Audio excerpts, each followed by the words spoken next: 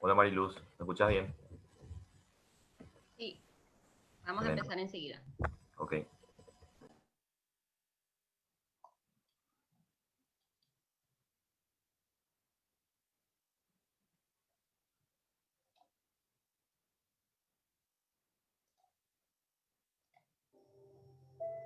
¿Qué tal si deliramos por un ratito?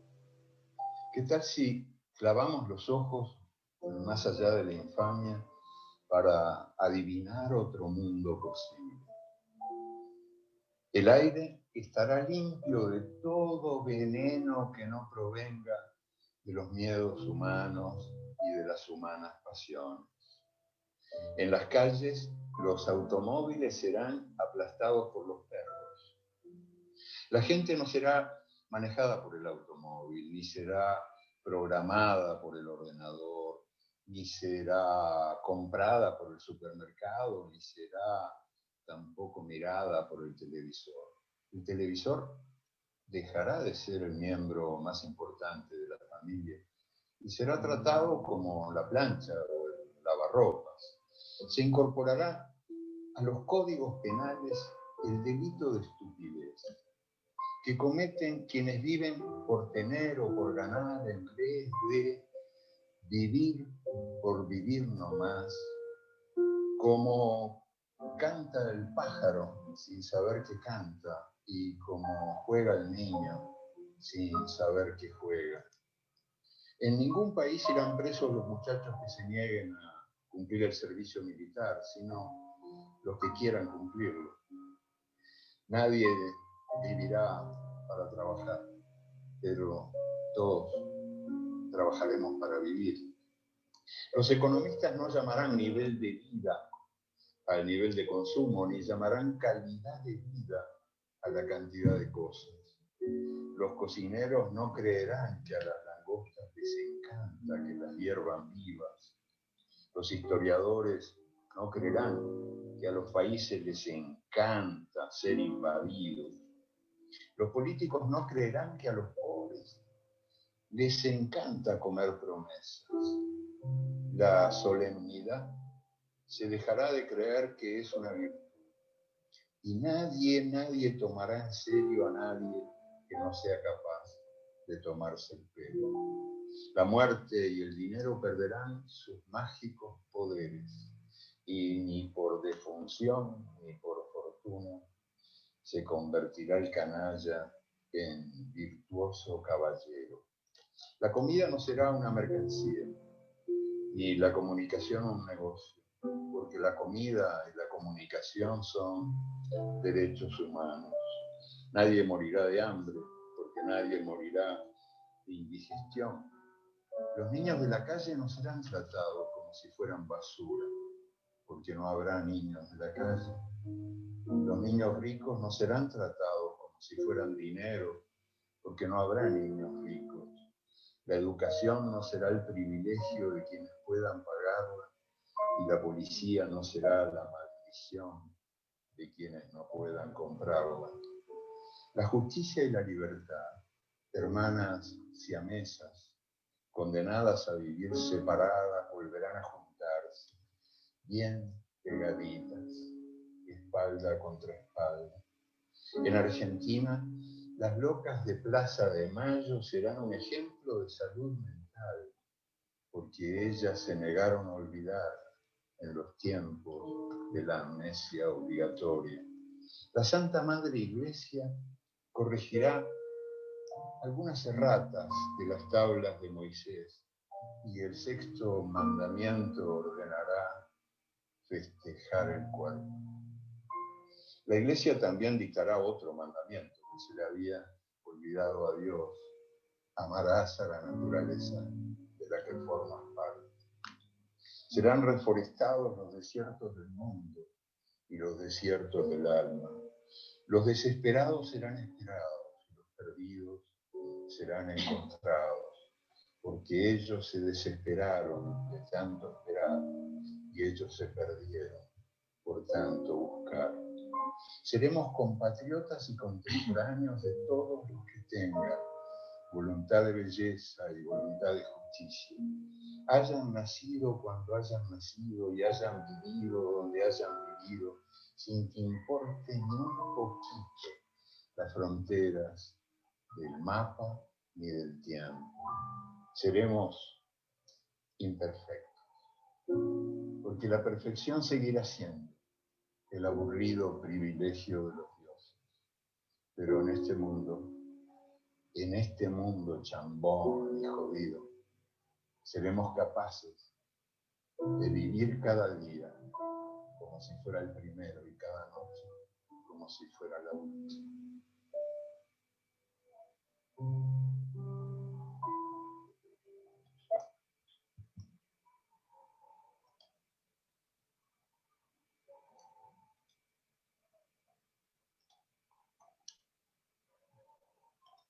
Bienvenidas y bienvenidos al curso de miradas críticas a la salud pública, políticas y desafíos. Es un placer otra vez estar hoy acá con ustedes compartiendo este momento. Como ustedes saben, este es un curso organizado por Amnistía Internacional, por la Asociación Latinoamericana de Medicina Social y Salud Colectiva de Paraguay y por la Coordinadora de Derechos Humanos.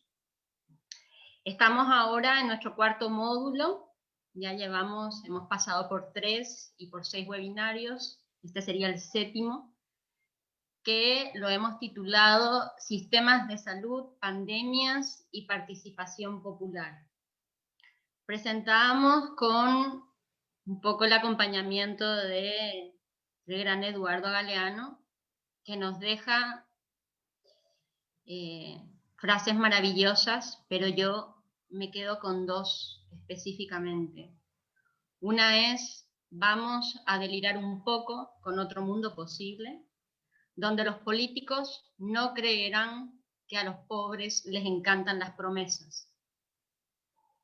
Otra que me parece hermosísima es, no vale la pena vivir para ganar, vale la pena vivir para seguir tu conciencia. Hoy tenemos con nosotros y con nosotras a 2 disertantes que van a estar compartiendo con nosotros en este webinar. Le presento a nuestra primera disertante. Ella es la ingeniera Victoria Peralta, es obstetra por el Instituto Dr. Andrés Barbero, es ingeniera en Ecología Humana por la Facultad de Ciencias Agrarias de la UNA, fue parte del diseño de la Estrategia de Atención Primaria de Salud, acumula más de 20 años de trabajo en salud comunitaria, fue cofundadora del Movimiento por el Derecho a la Salud María Rivarola, que tiene más de 20 años de trayectoria en nuestro país, trabajando también comunitariamente, y es una persona profundamente comprometida con la medicina social y la salud colectiva. También en un segundo momento nos estará acompañando el doctor Guillermo Sequera. Él es médico egresado de la UNA, especializado en medicina interna en el Hospital de Clínicas, especialista en medicina preventiva y salud pública, máster en salud pública y epidemiología, y es el actual director de la Dirección de Vigilancia de la Salud del Ministerio de Salud Pública y Bienestar Social. Bueno, como ustedes saben, tendremos 3 momentos.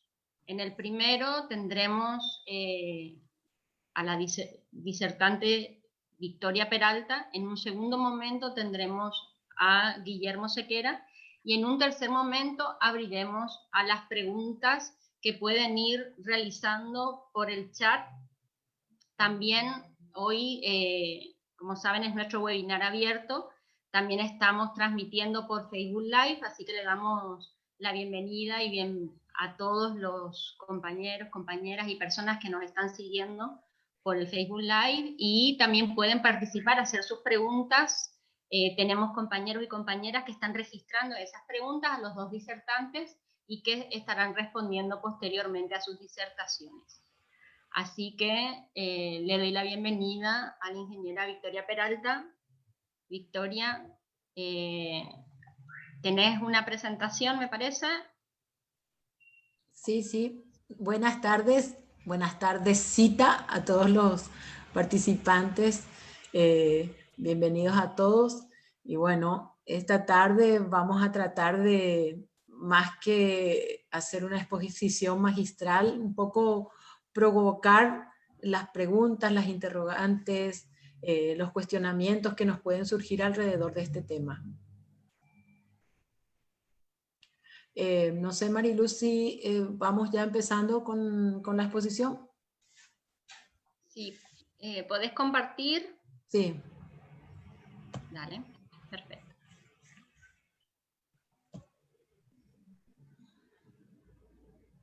todavía no se comparte. No A sé ver, por Vicky. qué no sale. Espera. A ver. Abajo está el compartir. Sí, pero no aparece el documento. ¿Lo tenés abierto en tu computadora? Lo tengo ahí en el escritorio. Entonces, tenés que abrirlo primero, minimizarlo, y después ahí, cuando le des a compartir, te va a aparecer.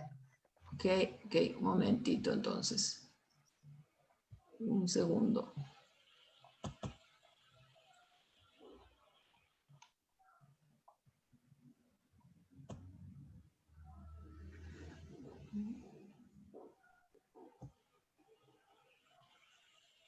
Vemos.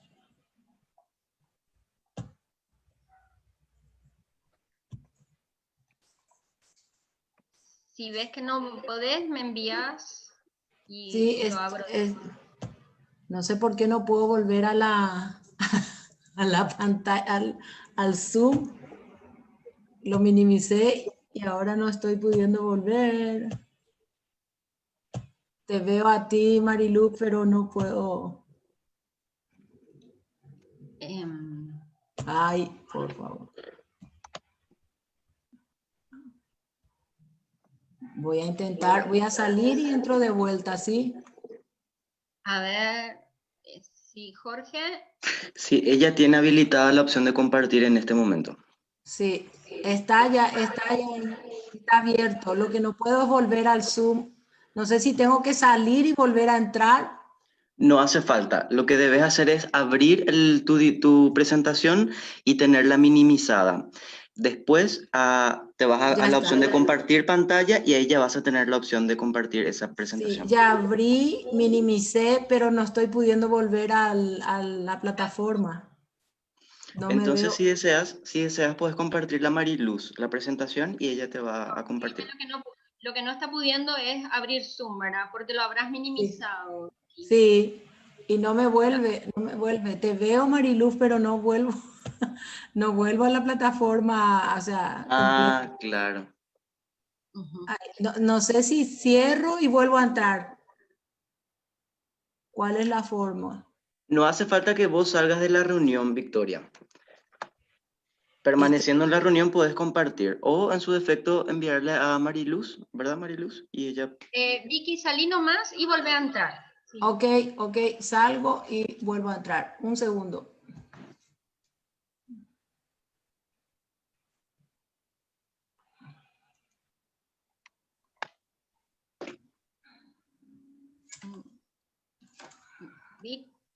Victoria, Sí, estoy ¿saliste? tratando. Es que no...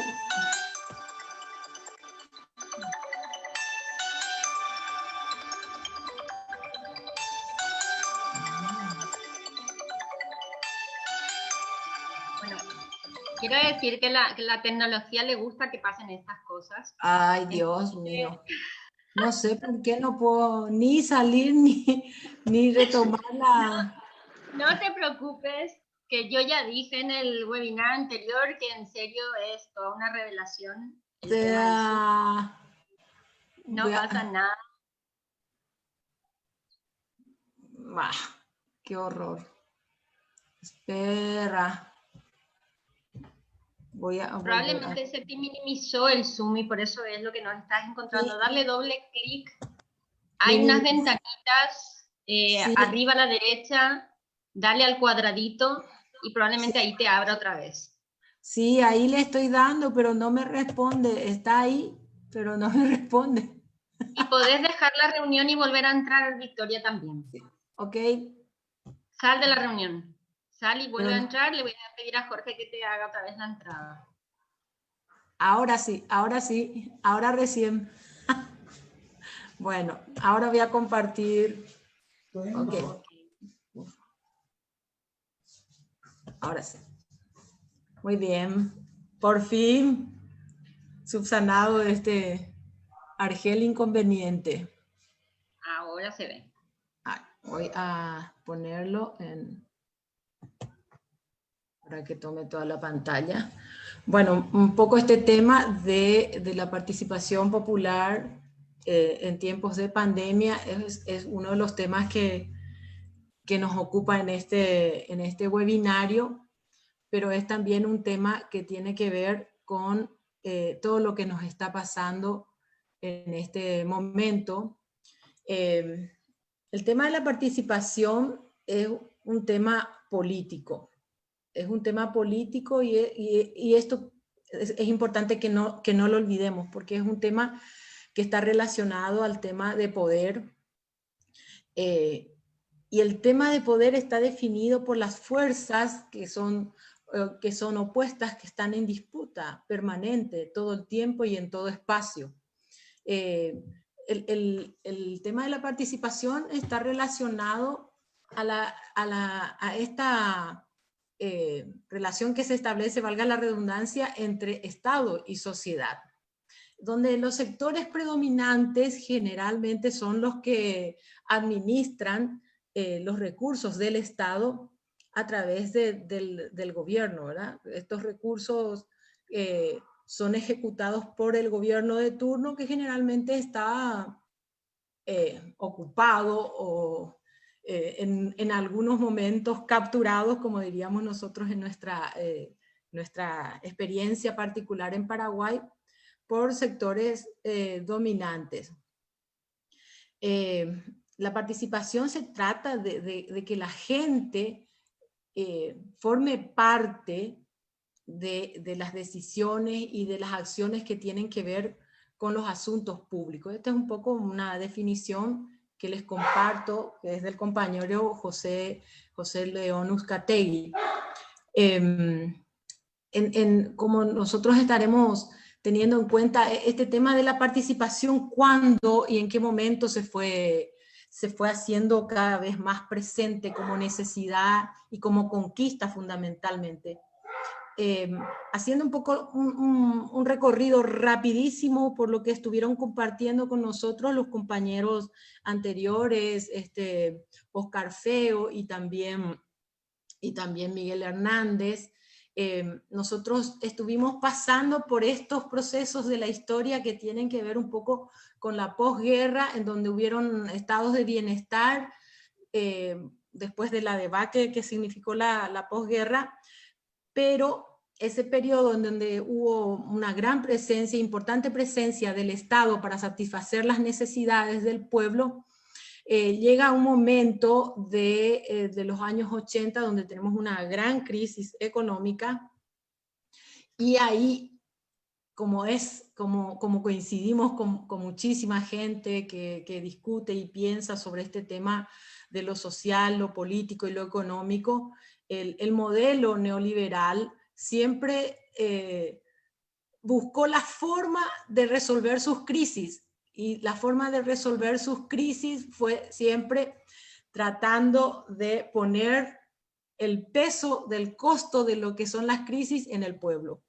Entonces, en ese proceso de gran crisis económica, surgen las reformas neoliberales, las reformas del Estado, y en ese contexto no voy a profundizar, pero una de las cosas muy importantes que suceden es que las reformas sociales de carácter liberal, con este mandato de la banca multilateral, sobre todo el Banco Mundial, plantean las reformas sociales, las va convirtiendo en políticas de focalización,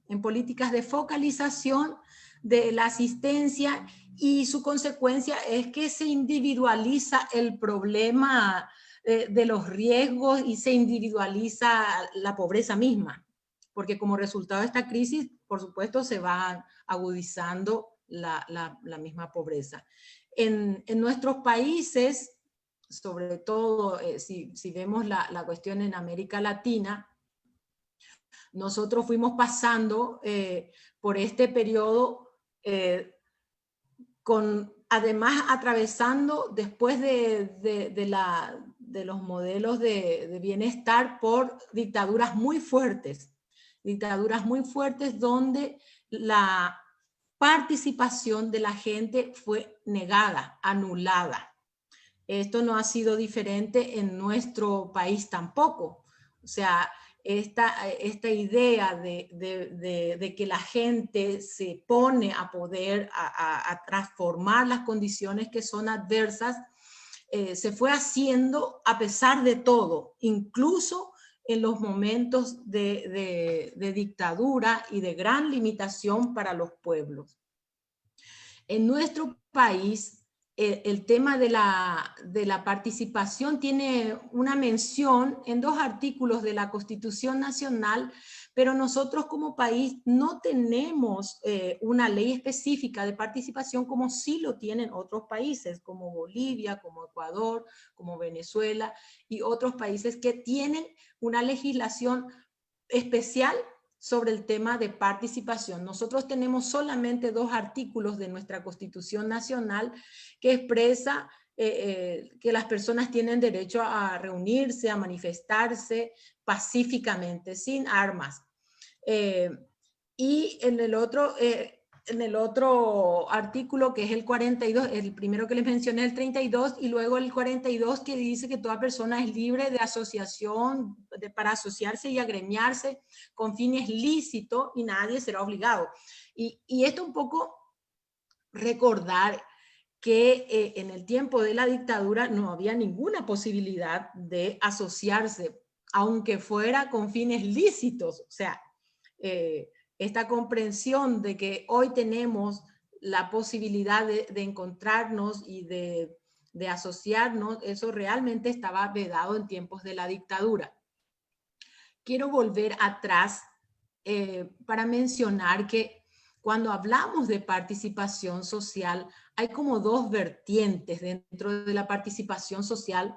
Una participación social, hay 2 cosas, porque en nuestro seminario se hablaba de participación social y participación popular, hay como una tensión sobre estos 2 conceptos, y plantear un poco que la participación social se refiere a esta relación del Estado-sociedad que decíamos anteriormente, y que donde las personas, donde las personas de manera individual y colectivamente se relacionan con el Estado o con la estructura del Estado y tratan de resolver los problemas que son de carácter público.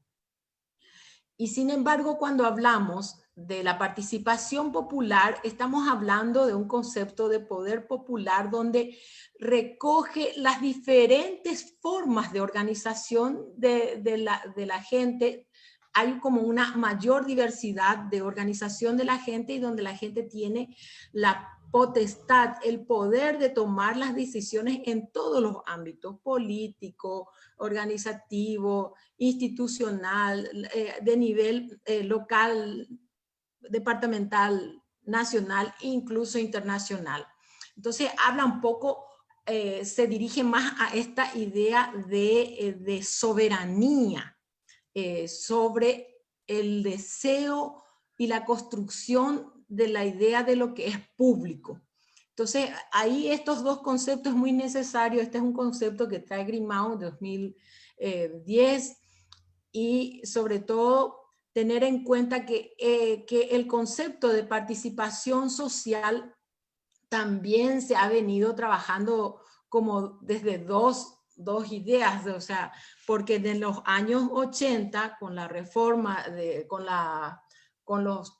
las propuestas de cambio estructural, también van metiendo esta idea de participación social. No es que el modelo neoliberal no habla de la participación social, sino que plantea una participación que está más centrada en la cuestión de hacer énfasis en aspectos administrativos, para que la gente participe y sea más capaz de administrar los recursos, que sea más eficiente, que sea más eficaz su gestión.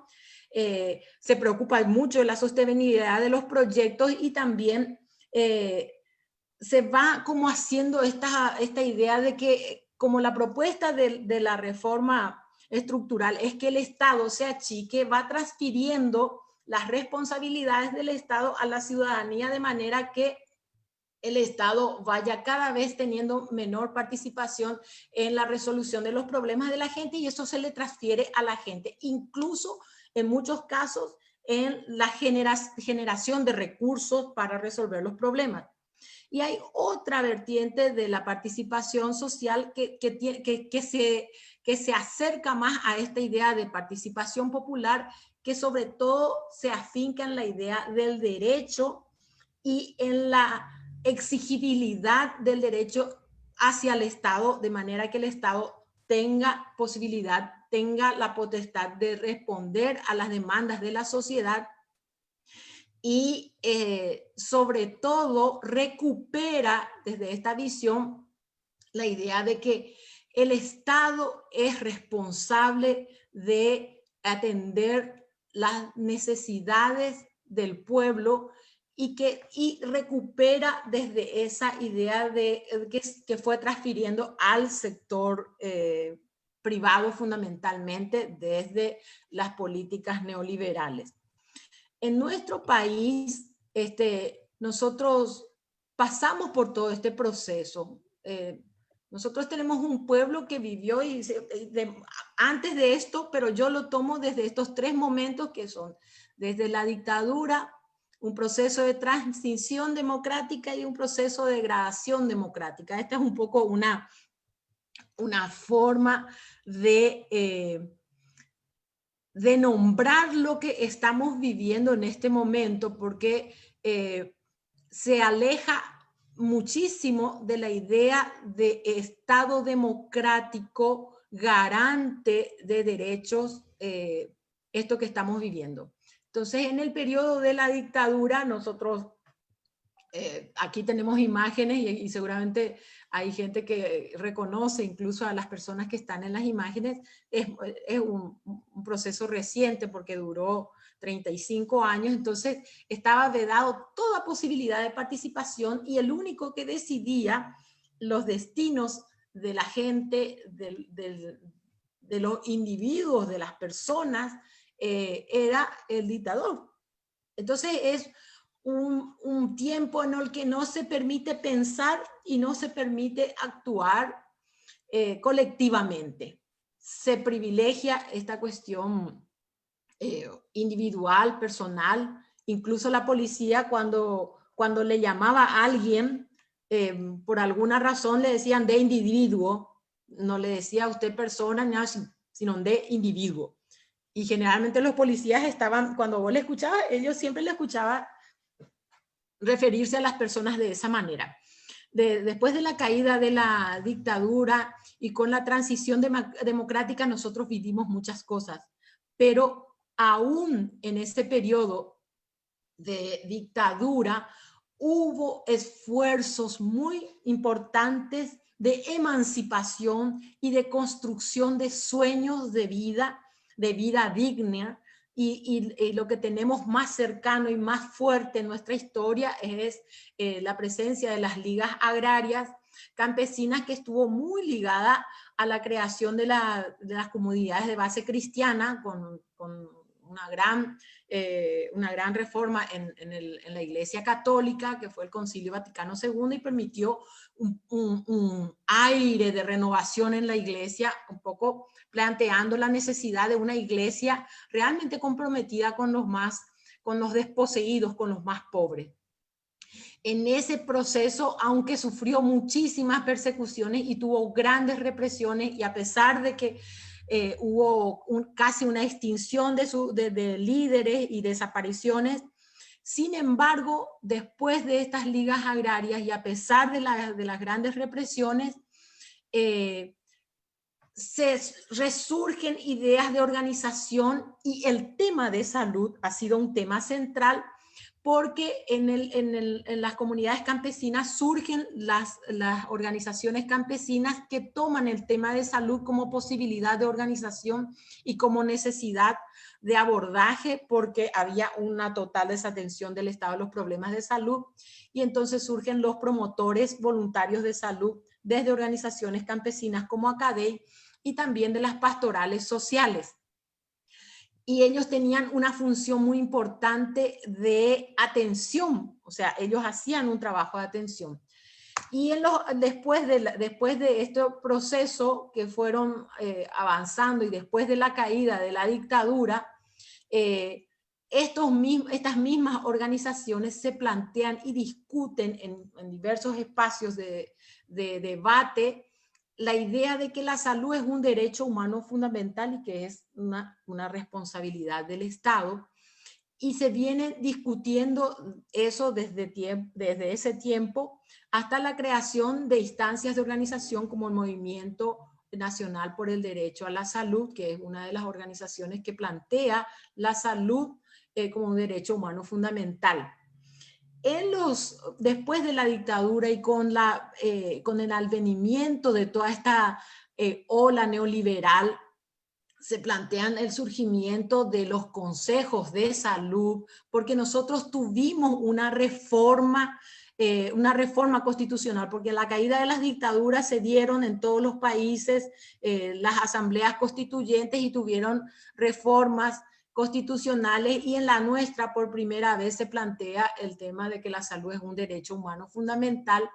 Pero lo importante de esto es que si bien en el 92 tuvimos un enorme avance en la constituyente en términos de derechos humanos, todavía no teníamos una ley de Sistema Nacional de Salud, y recién en el 96 nosotros tuvimos una ley de Sistema Nacional de Salud, y ahí es que se plantea como una instancia de participación los consejos locales de salud, los consejos nacionales, departamentales y locales de salud como instancias de participación.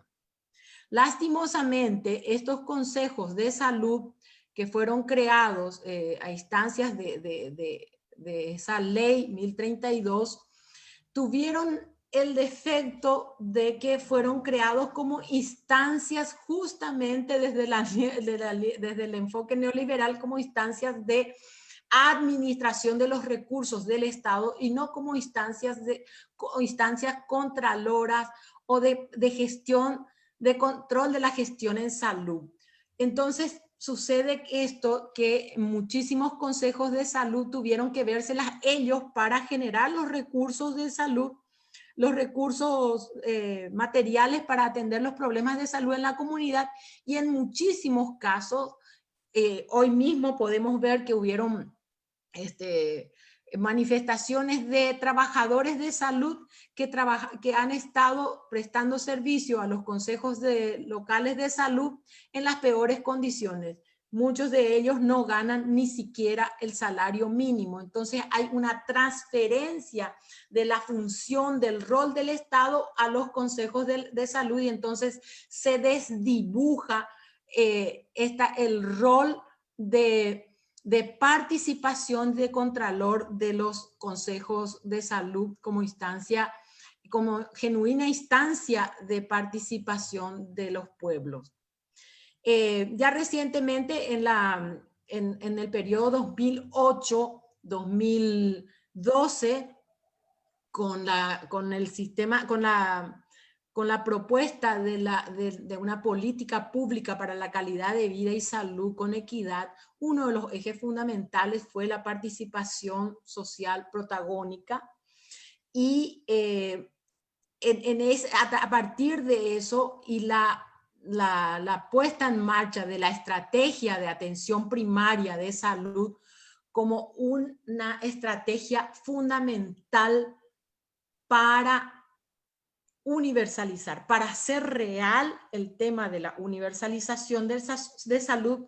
Entonces, dentro de la estrategia de atención primaria, es una de las herramientas fundamentales para que sea real, es el tema de la participación. Es una condición para que se dé la propuesta de universalización.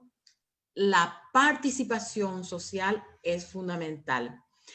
Desde la estrategia de atención primaria, y como la presencia del Estado en en el territorio, en el nivel más capilar del territorio, eran los territorios sociales planteados como espacios de presencia del Estado, eran las unidades de salud de la familia, o son las unidades de salud de la familia. Entonces se planteaban una dinámica de participación que se planteaban como los actos comunitarios, que toman incluso su nombre de la práctica tradicional que tienen nuestros pueblos originarios de resolver los problemas de manera consensuada en espacios de encuentro y de diálogo donde la participación es absolutamente horizontal.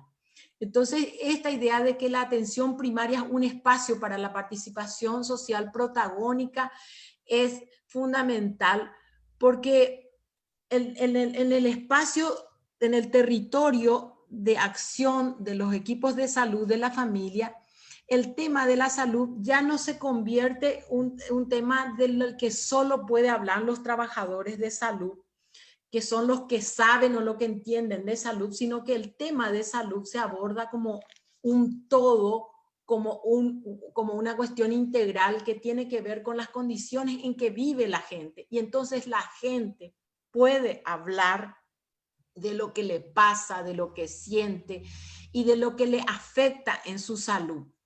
Entonces, y por otro lado, en esos espacios denominados actos comunitarios, el lugar que es un lugar también del ejercicio del ejercicio del control de la gestión pública en salud, porque eran unos espacios donde los trabajadores de salud podían rendir cuenta del trabajo y la gente escuchar de cómo esta gestión en salud se estaba dando y plantear si estaban conformes o no y si se acercaba o no a responder sus necesidades.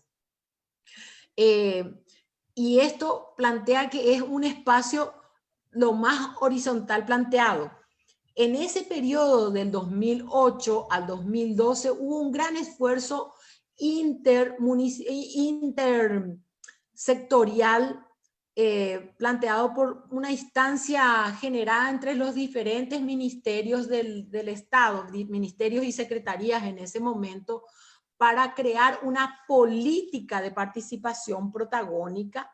Ese proceso quedó prácticamente trunco con el golpe parlamentario, pero fue un esfuerzo en el que los funcionarios, al que intentamos incluso darle el nombre de servidores públicos, ejercían un papel muy importante en la promoción de espacios de participación protagónica, de espacios de participación directa.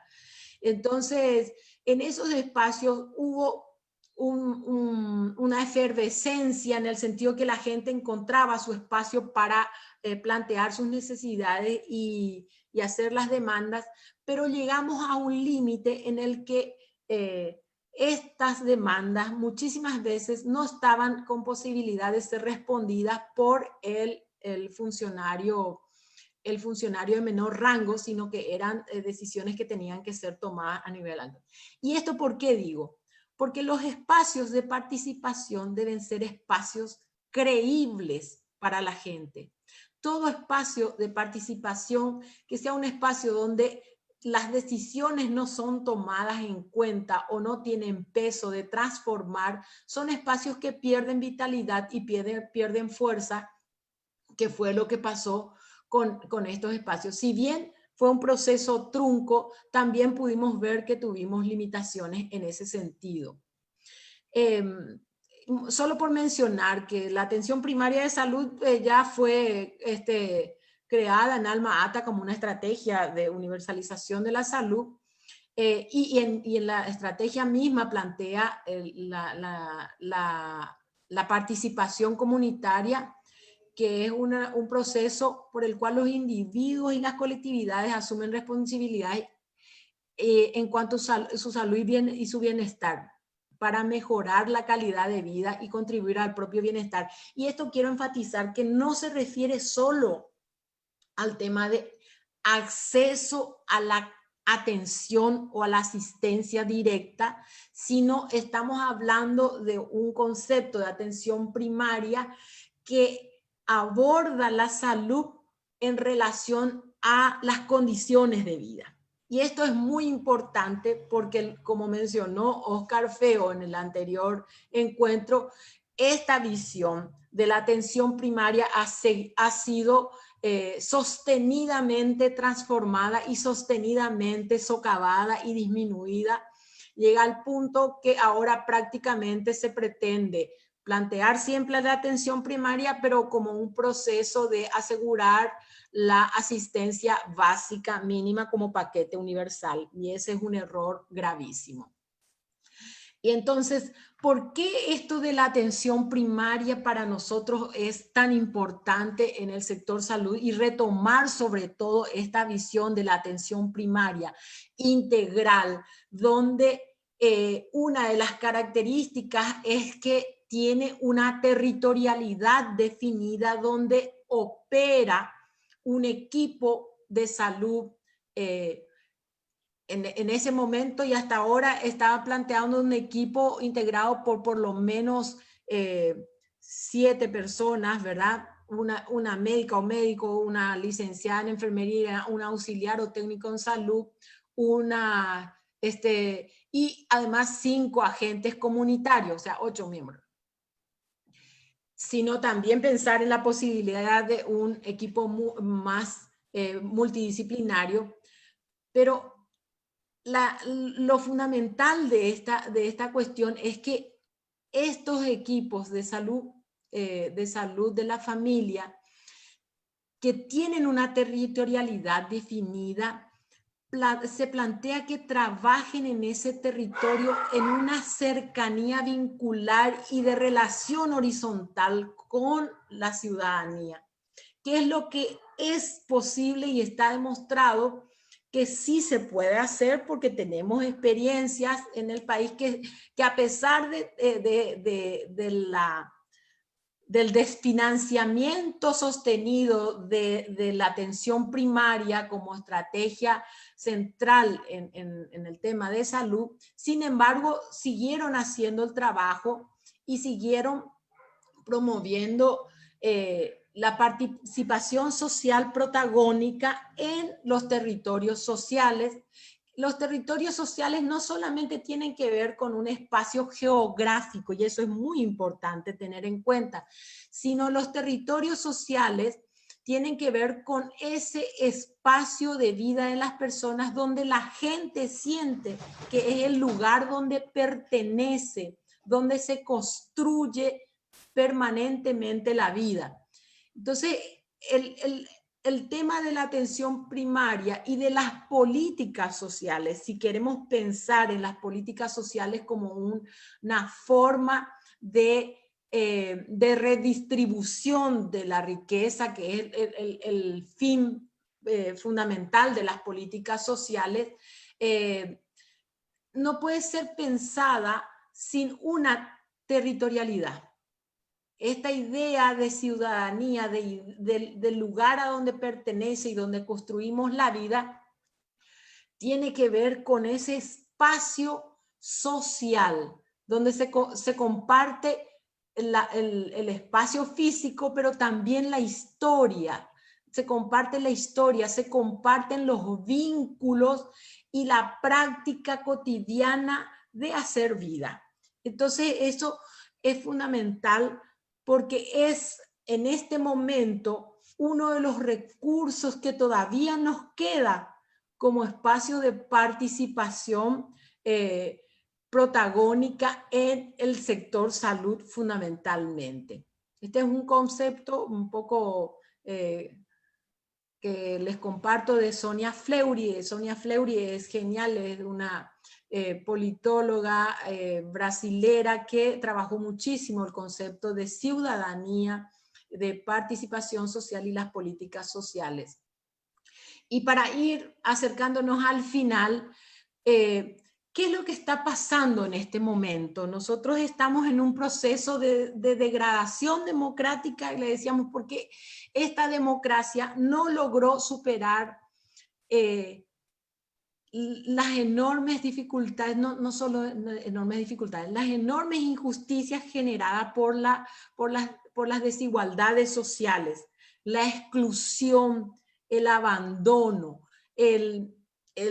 la acumulación grosera de bienes, de riqueza en un sector pequeño de la población, mientras un gran sector de la población se debate en la pobreza, no ha sido superada en la democracia. Por eso es que esta democracia, que es una democracia formal, representativa, no es la garantía de que vamos a tener una mejor vida, y hasta hoy la gente incluso llega a cuestionar el valor de la democracia cuando que lo que sucedió ha sido una deformación de la democracia. Entonces, en este momento no solamente estamos viviendo como país una deformación, una degradación de la democracia, sino que estamos viviendo una profunda crisis, y muchísimos intelectuales coinciden en decir que estamos en una multicrisis, porque son crisis no solamente económica, social, cultural, ambiental, entonces que tendrá consecuencias fundamentales en la vida de las personas, y es imperativo que nos planteemos una forma de vida y de relación diferente entre nosotros y con el medio y con los demás seres que habitamos en este planeta. Entonces, resultado de esta crisis tan grande y de esta forma de estar en el mundo que depreda, que destruye, que va dejando prácticamente desnudo el suelo, porque los procesos de deforestación son sumamente intensos. Ya saben que nuestro país además ocupa el segundo lugar en el mundo en la tasa de deforestación. Tenemos unas cifras alarmantes, pero además esto está generando la aparición de enfermedades que hoy aparecen como pandemias. El salto de una enfermedad que estaba limitada al reino animal, hoy es la razón principal de nuestro encierro. Y estamos viviendo un momento sumamente delicado en la sociedad, y nosotros compartimos con todos los países del mundo que están viviendo esto un momento de encierro y de silencio. Pero a pesar de todo, como en los otros momentos de la historia tan difíciles y tan graves, sin embargo, se están generando formas, se están generando formas que algo nos dicen de participación, de gestión, de acción frente a esta adversidad tan grande. Las ollas populares, las huertas comunitarias, el trueque, que conocemos el cambachivache, las ventas ahí, porque yo veo aquí en mi barrio que las ventas se dan de a poquito, los autoconvocados, el lenguaje performático, algo nos está diciendo de que podemos cambiar y no solamente estar relacionado a un modelo de vida que se nutre o sobrevive del consumismo atroz que nos está llevando a la debacle. Decirle finalmente que la participación es un derecho, pero sobre todo es una iniciativa de los sectores populares, es un esfuerzo del pueblo por transformar las condiciones en que vive. La participación que no transforma las condiciones de desigualdad y de exclusión termina siendo una simple formalidad. Una verdadera participación es una participación que realmente se propone cambiar estas condiciones adversas de vida. Y aquí plantear también que si nosotros no cuestionamos la concentración de poder y de riqueza, entonces no estamos transformando nada. Y el poder popular es un esfuerzo por transformar esto. Y en este sentido, el poder popular tiene un carácter sumamente autónomo, acepta las diversidades de organización, incorpora esta utilidad, por qué nos organizamos, para qué nos organizamos, y es necesario fortalecernos y formarnos en este proceso, porque no participamos de manera activa y crítica si no nos formamos, si no conocemos lo que está sucediendo y de qué manera se va generando las desigualdades y de qué manera se toman decisiones con nosotros. Entonces, aquí es una necesidad imperiosa de que nosotros vayamos haciendo de estos procesos que se van generando como ollas populares, como Cambachivache, las huertas y las chacras comunitarias, un proceso de cambio profundo. Y ahí me afinco un poco en lo que Raúl Sideki plantea, que están sucediendo algo, que están iniciando procesos fundamentales. Hay un viraje hacia adentro, pero no solamente adentro de la familia, sino un viraje a construir comunidad en los espacios comunes de vida y donde nos planteamos cuidarnos mutuamente. Y eso es fundamental. Esto es fortalecernos desde adentro, de cuidar la soberanía alimentaria. Hoy vemos que cerrando las fronteras es necesario cuidar la soberanía alimentaria. Y cierro con esto, en que tenemos nudos críticos en la participación que tenemos que revisar permanentemente porque han sido nuestros problemas desde siempre. El tema de la representación, las estructuras de participación, la formalización de instancias, los modelos y prácticas de liderazgo, la cultura patriarcal, la cultura colonial y la seducción y el fetichismo del poder. Estas son cosas que tenemos que plantear. Yo no planteo la solución. Lo que les planteo ahora es que estos son temas que tenemos que abordar si queremos genuinamente construir espacios de participación protagónica, espacios de poder popular. Gracias, muchas gracias. Muchísimas gracias, Victoria Peralta. Quiero comentarles que se nos cayó un rato la transmisión. Hoy tuvimos distintos problemas técnicos. Quiero pedirles una vez más disculpas por haber cambiado el horario a última hora. Volvimos a tener problemas técnicos ahora. Por suerte el Zoom no cayó, pero sí cayó el Facebook Live. Así que aquellos que ahora recién volvieron a recuperar la conexión, les decimos que sentimos muchísimo. Todo el día hemos tenido problemas. No sabemos exactamente cuál es el motivo. Esperemos que no sea intencional, pero bueno, si es intencional es porque es importante este curso, así que agradecemos en ese caso.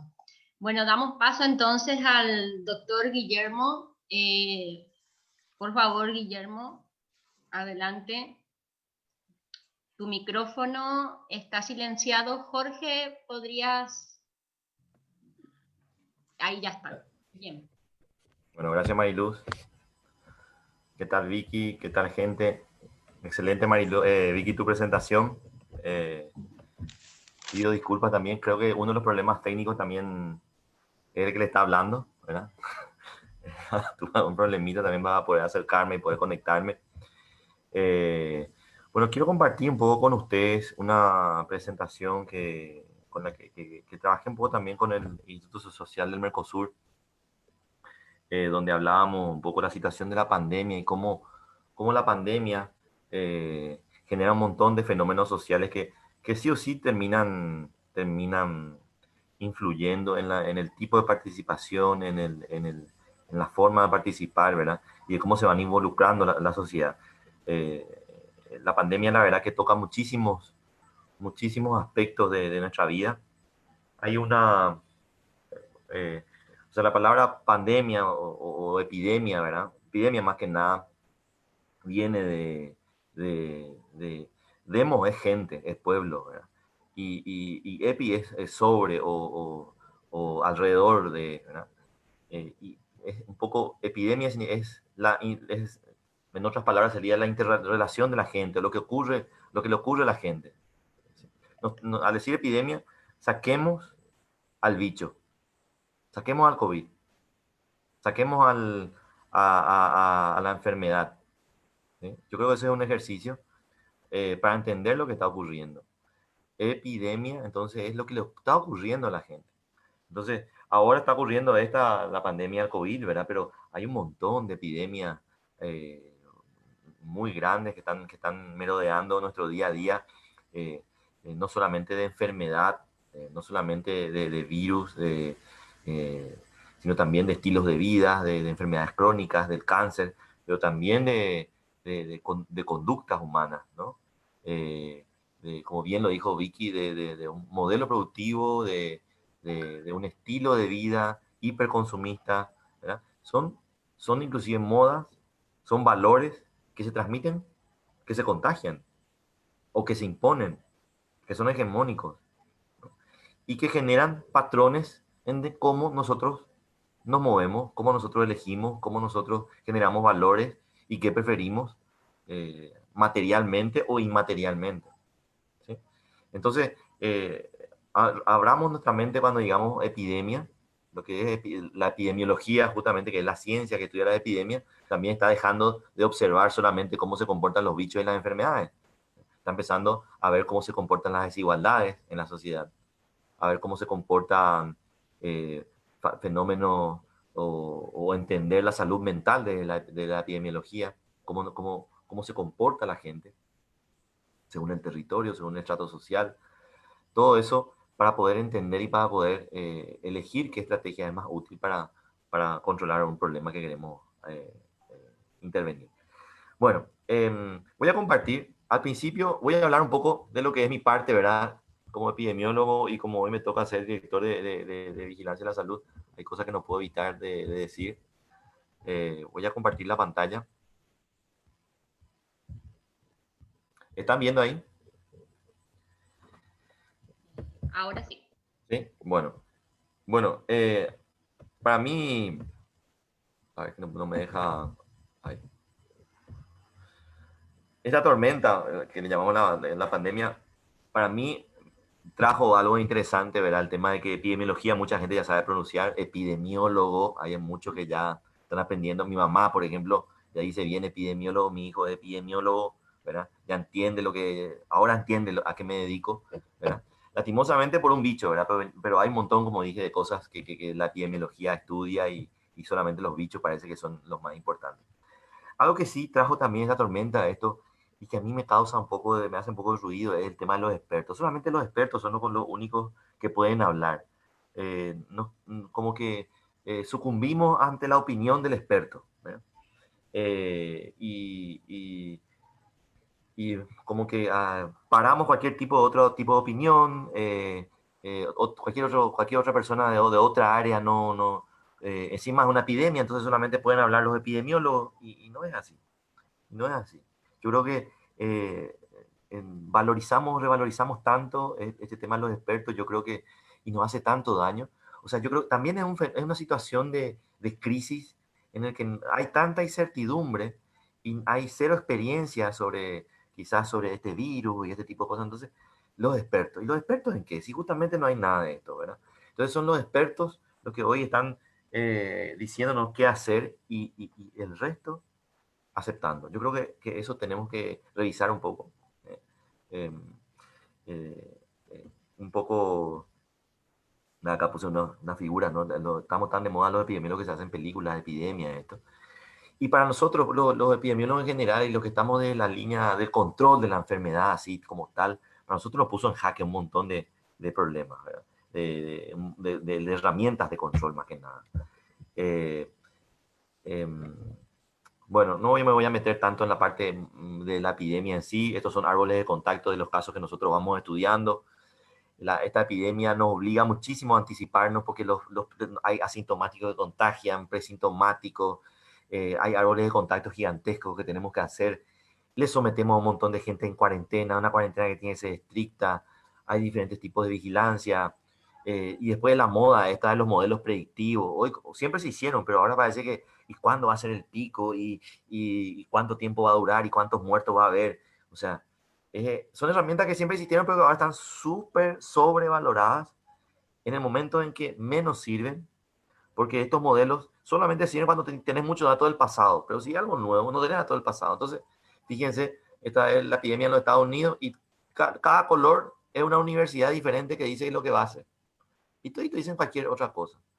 Entonces, acá están los expertos hablando, ¿eh? Nosotros le creemos y nos casamos ante eso. Estamos ante una incertidumbre, ¿verdad? Y nos cuesta muchísimo entender eso.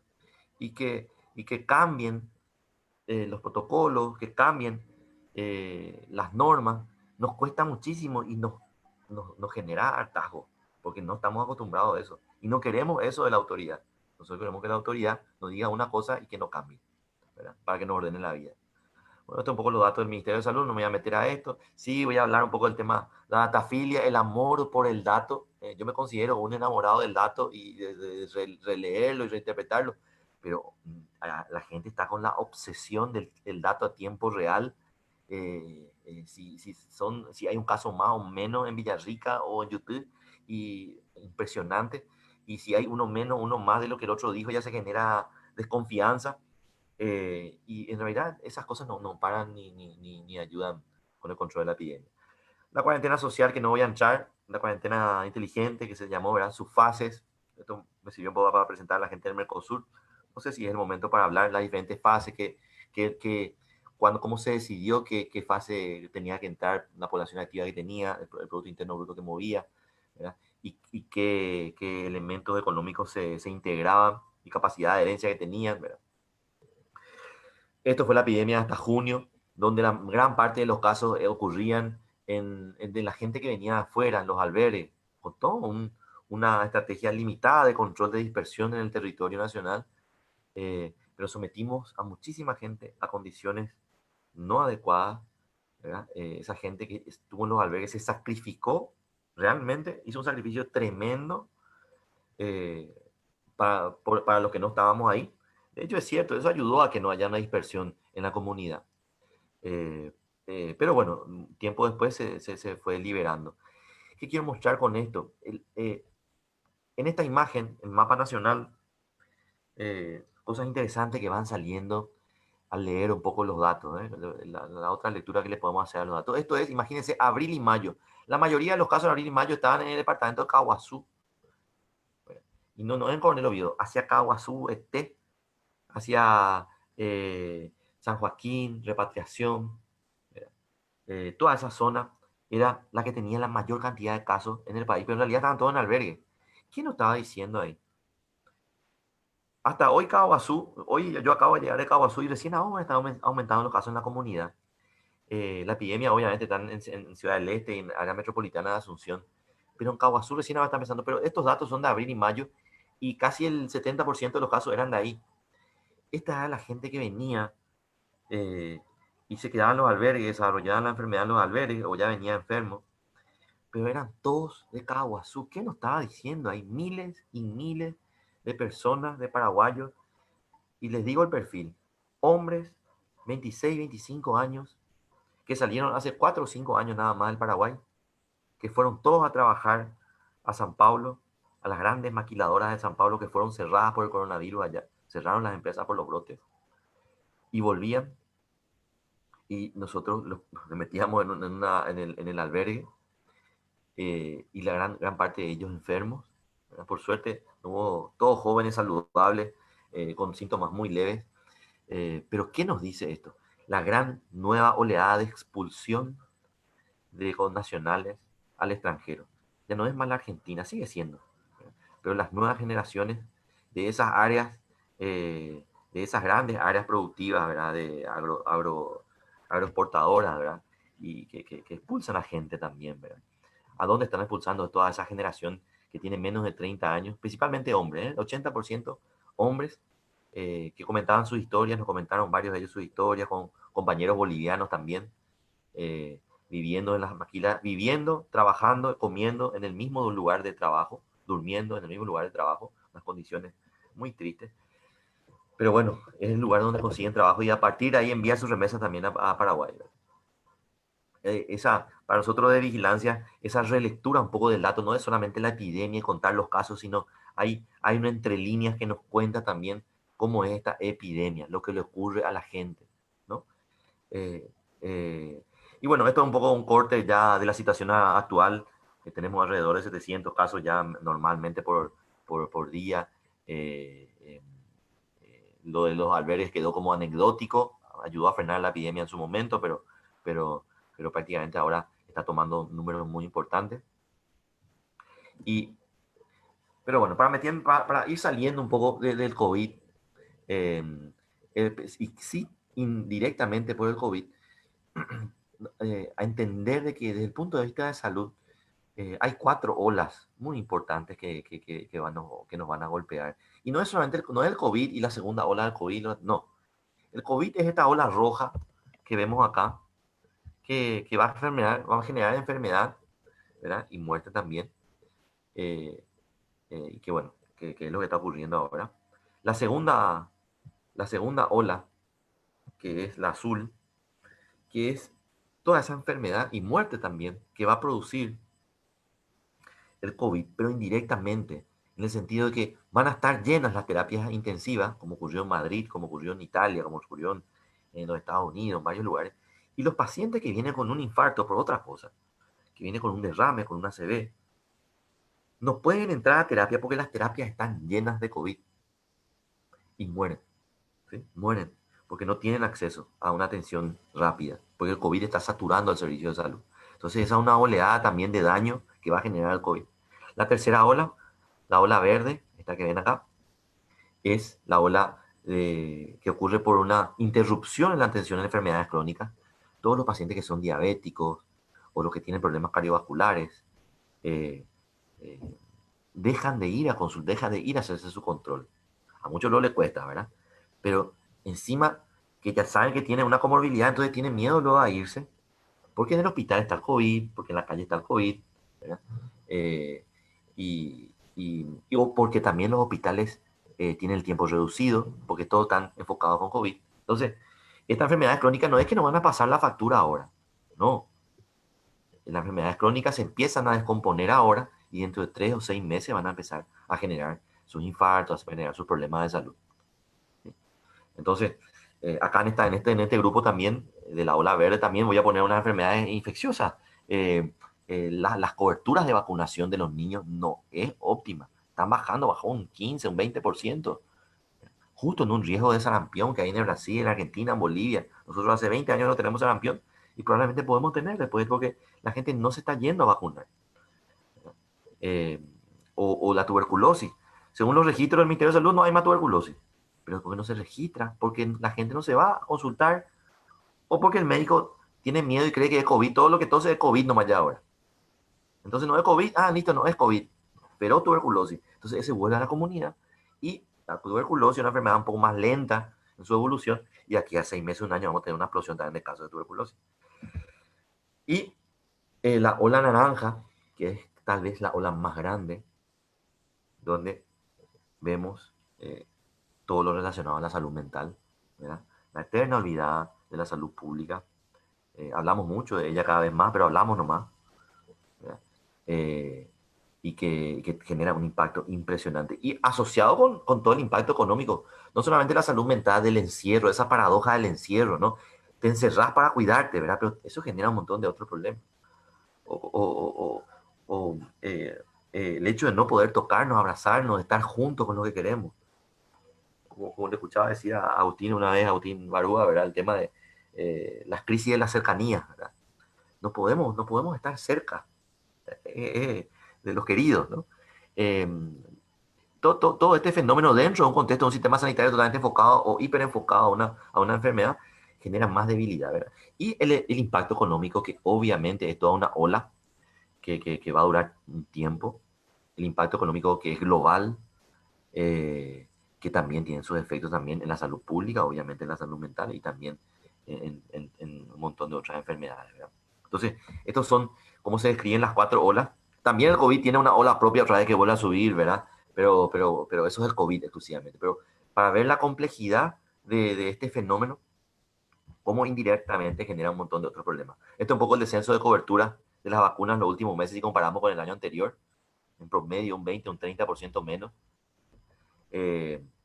Y sí quiero, acá, esto es algo que en la última semana estuvimos revisando un poco, el, el fenómeno de las camas de terapia y cómo es la paradoja paraguaya que rompe un poco la segunda ola. Esta segunda ola de las camas de terapia van a estar ocupadas por COVID, ¿no? Y no van a dejar. Y en Paraguay ocurre un fenómeno muy raro. Nosotros cerramos el año 2019 con 250 camas de terapia en el sector público, un poquito más, 260 por ahí. Y en el 2020, ahora hay como 539 o algo así, más del doble de camas. Y se habla de que las camas están saturadas, ¿no? 95%, 100% de saturación, ¿no? Pero en realidad hay 130, 140, 150 casos de COVID que están en terapia intensiva. ¿Qué pasa? ¿Por qué están saturadas nuestras camas de terapia intensiva? Porque hay un montón de enfermedad no COVID que está ocupando eso. ¿Y qué pasaba con esta gente no COVID antes? Esta gente moría en los pasillos de los hospitales. Esta gente se iba al sector privado, donde eran desangrados por el sector privado, hipotecaban su casa y probablemente ni siquiera el desenlace era bueno. Entonces, esta es un poco esa deuda histórica, ¿no? O sea, el no COVID ocupa un espacio en las nuevas camas que se integraron, como directamente se completaron. Esto nada más ocupa COVID, en aumento obviamente, pero están totalmente ocupados por otra enfermedad no COVID, que prácticamente años anteriores esto no tenían atención. O sea, el día a día, a partir de las 5 de la mañana del sector salud, la búsqueda de camas de terapia intensiva era el rosario de todos los paraguayos. Y un poco una paradoja, ¿no? Porque debería ser al revés. El COVID debería estar ocupando camas y en este caso un poco, quizás todavía ahora es así. Yo creo que en las próximas semanas vamos a entrar en una etapa muy dura de la epidemia y el COVID va a tomar dimensiones un poco más grandes en terapia intensiva. Lo que sí me animo a decir, entre paréntesis, es ayer hicimos los análisis de mortalidad de terapia de los pacientes que entran a terapia. Recordarán en julio o en junio eran del 90%, prácticamente todo el que entraba fallecía. Hoy es del 52%, o sea, como hay una curva de aprendizaje también de los médicos, del equipo de enfermería, de todo el equipo a saber manejar también la evidencia de las cosas, ¿verdad? De qué funciona, qué no funciona. Pero bueno, saliendo otra vez, me estoy metiendo. La crisis de las matrioscas. No sé si lo oyeron hablar ya. Se está hablando mucho de esto. En el sentido, las matrioscas son las mamushkas, son esas que hay, son famosas que de Rusia o del este, de Europa del Este, ¿verdad? Donde, ¿no? Las mujeres que tienen otra mujer adentro y cada vez más chiquititas, ¿no? Y las crisis sanitarias del siglo XXI van a ser, porque esta es probablemente la primera o la segunda dimensión, no son solamente crisis sanitarias. Son crisis que están envueltas dentro de una crisis económica. Está dentro de otra mamusca. Que está esta dentro otra vez de una crisis ecológica. Que está dentro esta otra vez de un modelo productivo. Todo este tipo de cosas. O sea, entender lo sanitario, desde el punto de vista sanitario nada más, nos quedamos cortos. Porque no es solamente un problema sanitario. Porque si queremos dar la respuesta solamente desde el punto de vista sanitario, realmente vamos a generar una crisis económica también más grande, lo cual va a obligar y va a impactar también la crisis ecológica. O sea, acá nuestra capacidad de entender el fenómeno como un fenómeno holístico, desde la enfermedad en sí, pero cómo estamos viviendo, ¿verdad? El estilo de vida global que estamos teniendo, el daño que nos hace. Por ahí parte un poco las posibles soluciones. Y como dice abajo, necesitamos una mirada compleja, capaz de nombrar sin miedo los conflictos que se encuentran en el origen de nuestras crisis. Tenemos que empezar a hablar de cosas que por ahí no nos gustan, de cosas que por ahí no nos caen bien, de nuestro estilo de vida, de cosas que hacemos. Nosotros como sociedad tenemos que aprender a hablar mucho más de las desigualdades, mucho más de los problemas de género. Y no solamente el género desde el punto de vista de la desigualdad, sino el género, estamos hablando del tema de salud. Y género en salud es cuidado, es indiscutible separar el género de los cuidados. Entonces, hay a grupos de la población que le cuesta pronunciar algunas palabras, ¿verdad? Y tenemos que ayudarle. Y voy a tirar más lluvia de ideas, ¿verdad? Que otra cosa. La nomenclatura bélica, ¿verdad? Que a mí me hace mucho ruido. Admito que la utilizo muchísimo cuando tengo la oportunidad de hablar. Es una forma de llegar, ¿verdad? Parece que es más simple, pero esconde tanto daño realmente. Hablar de defensa, hablar de ataque, hablar de bloqueo, hablar de, no sé, bombardeo. Hasta dije, hagámosle una guerra de guerrilla al coronavirus en las calles. Llegué a utilizar la guerra de guerrillas como término para controlar el coronavirus, porque el coronavirus está en nuestras calles, ¿verdad? Pero hagámosle difícil, pero términos bélicos, ¿qué esconden detrás? ¿Verdad? Yo creo que es importante dimensionar eso.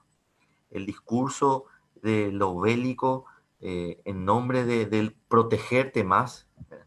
El discurso militar y ese de yo te protejo, vos callate, más o menos. El papá Estado entra autoritario, ¿no? Te protejo,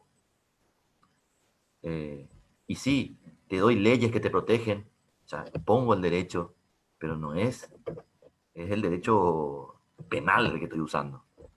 Ningún otro código ni ningún otro tipo de derecho nosotros discutimos en esta pandemia. Todo era a quién le vamos a castigar.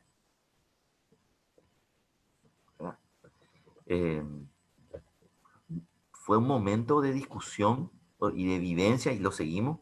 Prácticamente estamos practicando la distopía, estamos practicando 1984. Ahora para los más jóvenes, Black Mirror. Estamos practicando ese mundo de control absoluto, tecnológico, observación, ¿verdad? De todos los pasos que damos, intromisión a la herramienta que más se mete en nuestra vida privada, son los celulares. El que puede entrar a tu celular sabe más que vos, de vos, y se hace. Y aceptamos porque estamos por un cagazo de la situación. Y hay una catálisis de procesos tecnológicos, ¿verdad? Algunos muy buenos, otros que parecen buenos, pero en realidad profundizan mucho más las desigualdades, como el caso de educación, como el caso del trabajo. Hay mucha gente que tranquilamente se puede quedar trabajando en su casa porque tiene una capacidad de desarrollar desde informáticamente todo su trabajo, pero hay un montón de trabajos manuales que no pudieron salir a trabajar a las calles. Y se ve bien eso, como las clases que tienen más ingresos económicos prácticamente pueden seguir produciendo igual o más desde sus casas. Y las clases con menos ingresos obviamente no pueden darse ese lujo. Y acá la crisis del modelo de reforma, justo venimos nosotros, Paraguay, en una situación que venimos hablando de reforma constitucional ya hace un tiempo. Imagínense que hay países, y de reforma del sistema de salud desde hace un tiempo, imagínense que hay países que no tenían, que por lo menos estaban con un sistema de salud mucho mejor que el nuestro, no tenían pensado cambiar su sistema de salud, pero la pandemia le está haciendo dialogar y ver las necesidades de su sistema de salud y quieren reformarlo. Bueno, nosotros estamos ante las puertas ya abiertas de una reforma que tenemos que empoderarnos como sociedad. Creo que cada vez cae de maduro, y tan así que cae de maduro que nos acostumbramos a que los expertos nomás hablen, entonces los expertos nos van a contar cómo va a ser nuestra reforma. No puede ser, pues.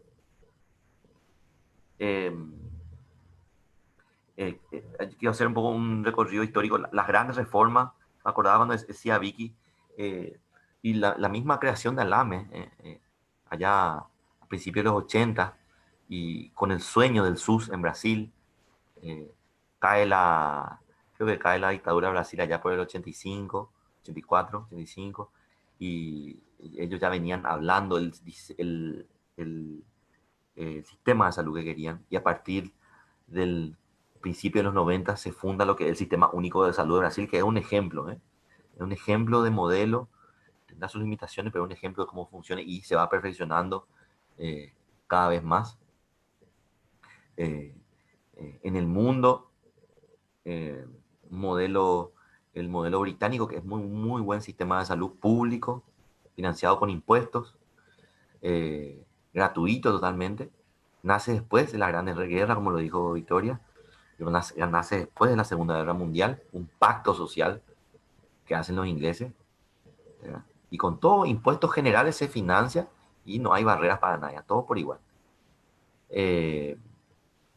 Y nosotros, la guerra del Chaco, 1930 termina en el 35.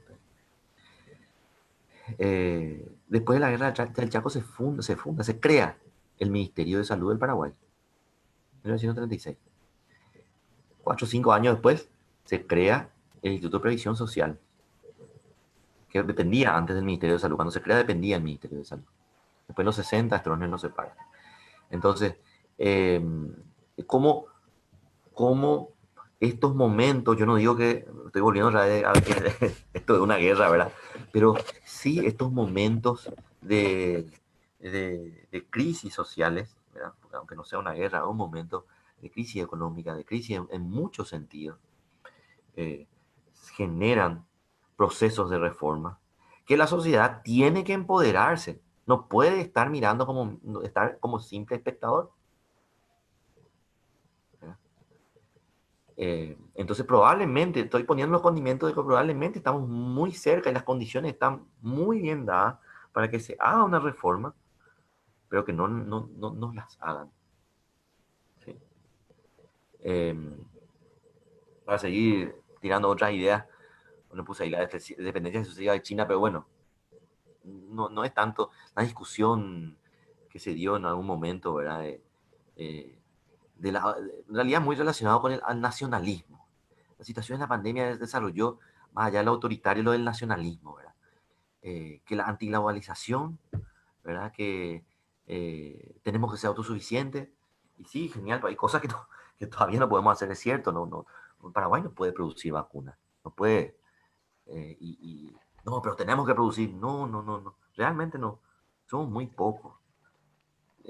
Tenemos que aliarnos con alguien que produce. Producir lo que nosotros sabemos y que cambiamos. En el mundo global tenemos que pensar así. Para 7 millones de habitantes, una empresa que pueda producir vacunas no tiene sentido.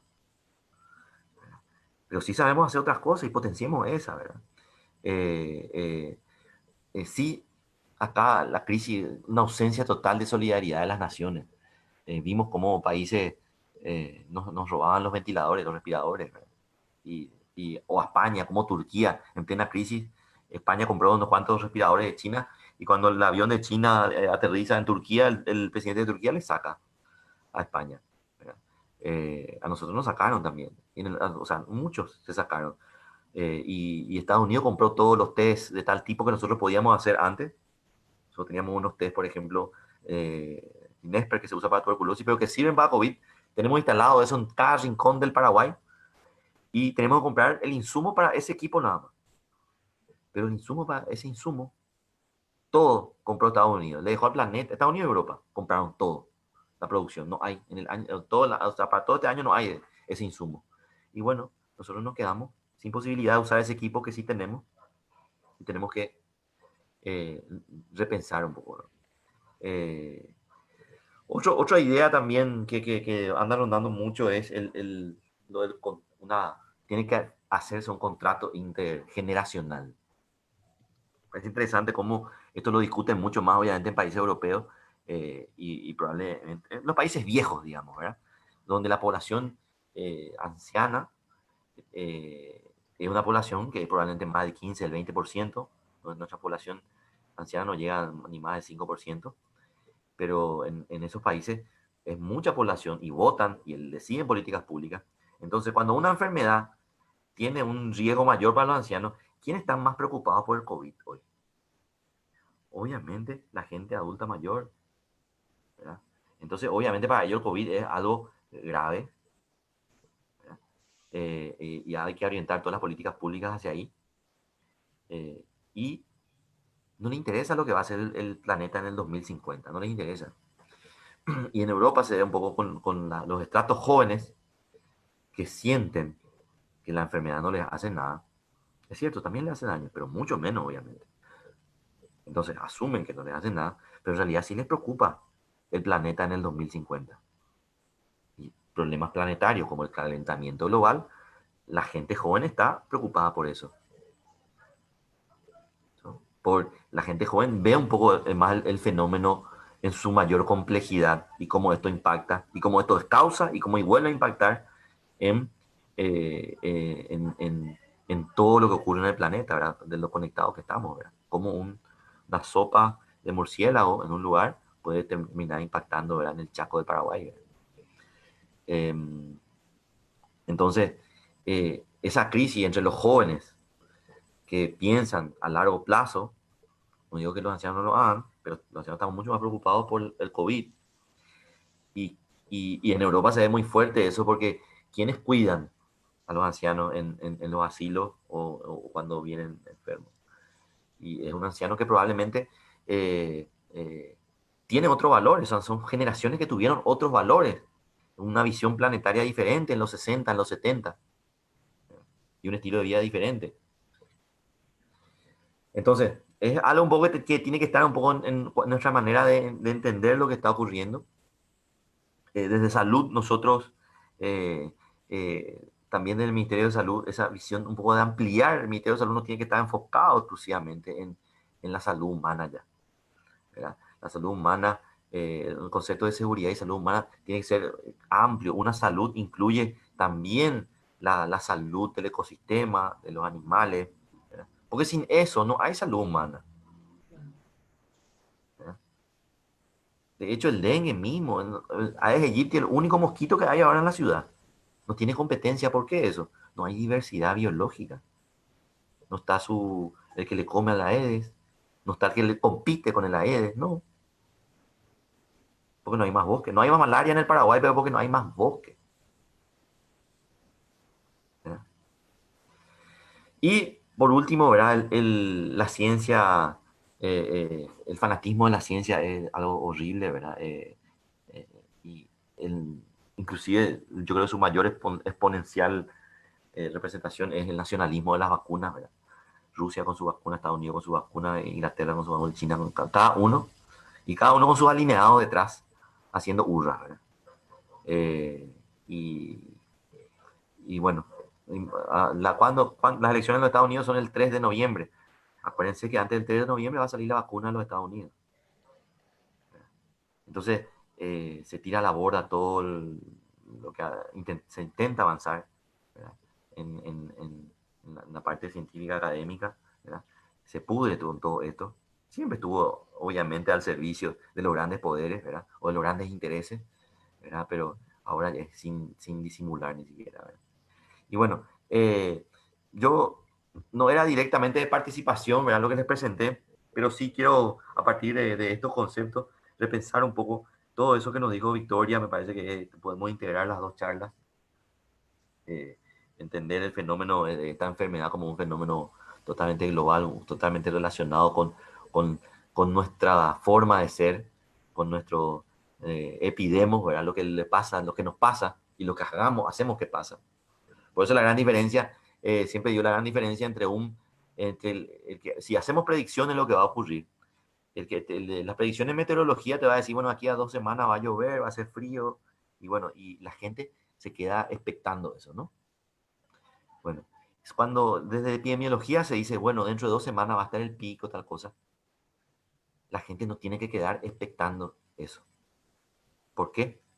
Porque no son nubes que se van a juntar, son personas que se van a juntar o no, son personas que van a hacer esto o no, o de tal o cual manera.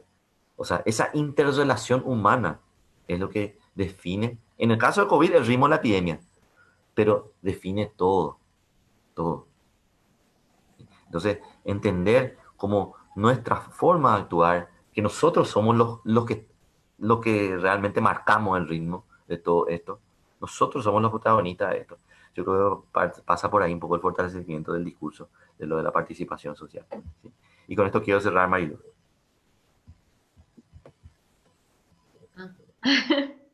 Muchísimas gracias, doctor Guillermo. Hay muchos comentarios y preguntas, entonces, como hoy nos hemos extendido más del tiempo, voy a realizar solo 2 preguntas. Les pido a las personas que hicieron varias preguntas, lo que hice fue un poco aunar en base a cuál es uno de los ejes principales de hoy, que es la participación popular. Entonces les voy a hacer a los 2 una pregunta a cada uno que tiene como eje ese tema. La primera es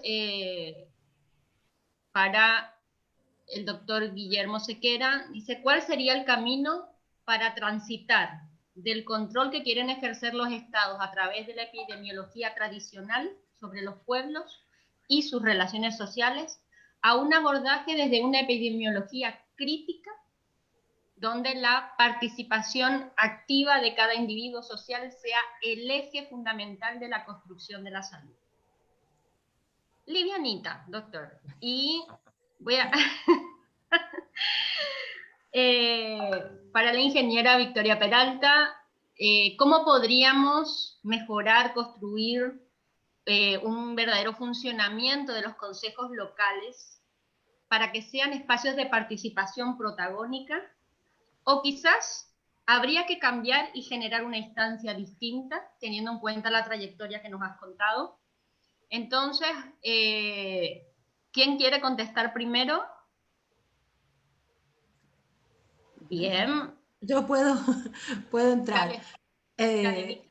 No, yo creo que incluso pensando en esta idea de participación, de profundización de la democracia tan necesaria, porque como decía hace rato, una democracia que coexiste con la desigualdad, con la exclusión, con las injusticias, es una democracia no creíble y es una democracia que no promueve participación real, participación directa, participación protagónica.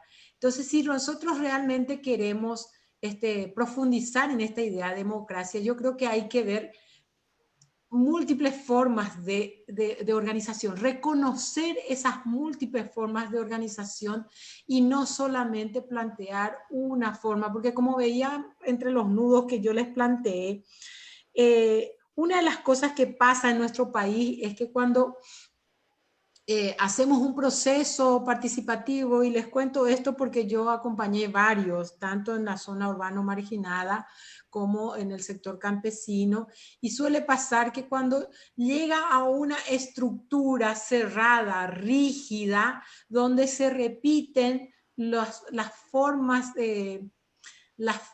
tradicionales de liderazgo y de gestión, resulta que se debilita ese proceso. Entonces pensemos, por eso les decía que miremos lo que está pasando y lo que está haciendo la gente como experiencia de gestión y de participación en estas condiciones. Imagínense los que son las ollas populares frente a la inacción del Estado, frente a todo ese aislamiento que se generó con esta pandemia.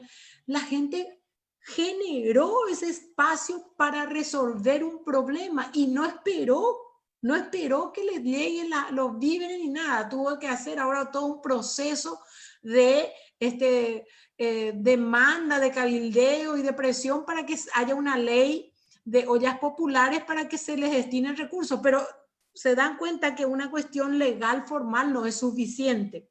Entonces pensemos en cómo democratizar, profundizar los procesos de participación de manera que esa horizontalidad tan necesaria, ese reconocimiento del otro como sujeto, como interlocutor, realmente se dé como práctica. Yo creo que hay que ver. Y en eso hay muchísimas experiencias, sobre todo en las zonas de mayor pobreza. O sea, en el campo, ¿quiénes son los más excluidos? Los excluidos, y que hoy nos dan una gran lección como la que nos dieron los Painta Buiterá en estos días. Los indígenas que se reúnen en asambleas populares y tienen que tomar decisiones una vez que todos se pongan de acuerdo. Y eso puede llevarles días. A veces las reuniones, los atú pueden durar 2, 3, 4 noches. Lo mismo pasa en los barrios populares, donde no es tanto la estructura de cómo se forma, sino cómo se instala esos espacios horizontales donde se habla con tanta facilidad y se resuelven colectivamente las cosas. O sea, no cerrarnos exclusivamente en una estructura. Ese es un planteamiento que yo lo coloco así como una cuestión, no como una resolución propiamente dicha, porque los consejos, igual que otras instancias, deberán ser reconocidos. Lo que sí es cuestionable, que los consejos se conviertan en entes de administración, en estructuras más de administración y de gestión, tratando de sustituir la función del Estado. Eso sí es realmente preocupante. Y no quiero cerrar esta oportunidad que me dan de hablar sin plantear esto que Guille nos comenta y que es una enorme preocupación, el tema de promover una reforma sanitaria sin que haya posibilidad de participación genuina de la gente. Y eso quiere decir que la gente entienda de fondo qué es lo que se está tramando, qué es lo que se está discutiendo, cómo le va a afectar en su vida.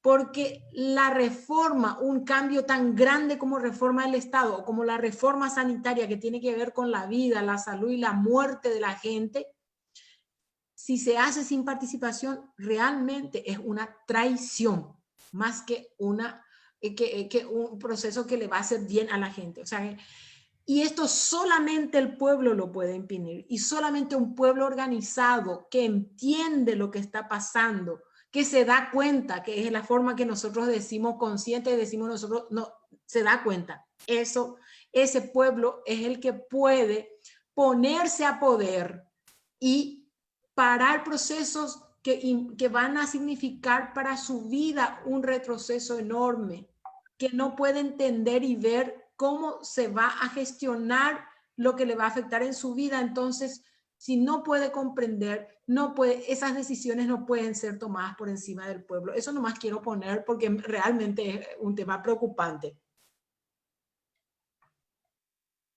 Perfecto. Gracias, Victoria. Doctor Guillermo,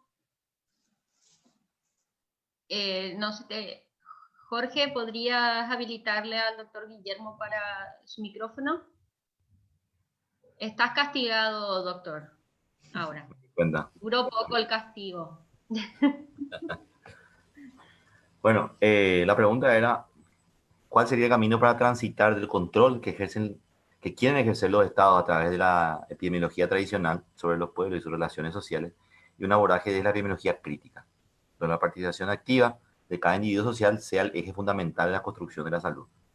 Bueno, eso es el sueño ideal, ¿verdad? Ojalá que la epidemiología crítica sea el norte de nuestro tipo de intervenciones, ¿verdad? Acá, como traté de pasar en mi presentación, es un poco, hay que estimular la participación social. O sea, no existe epidemiología crítica otra vez desde arriba. No esperemos que las autoridades sean las que apliquen la epidemiología crítica y desde arriba. Eso no es epidemiología crítica. La epidemiología crítica es desde abajo. Entonces, desde abajo necesitamos a la gente empoderada de los conceptos, de que cuando se habla de COVID y se habla de la pandemia del COVID, que nos bombardean los medios de comunicación, en realidad hay una cantidad de aristas del tema, que no solamente es una enfermedad pulmonar y que no solamente produce esto y esto, ¿verdad? Y que mata tanto cada día y que tantos enfermos hay cada día, ¿verdad? Nos bombardean con esos números y reducen la enfermedad como un fenómeno hasta casi numérico, ¿verdad? Que nos puede tocar la familia, a un conocido, y hasta ahí nomás.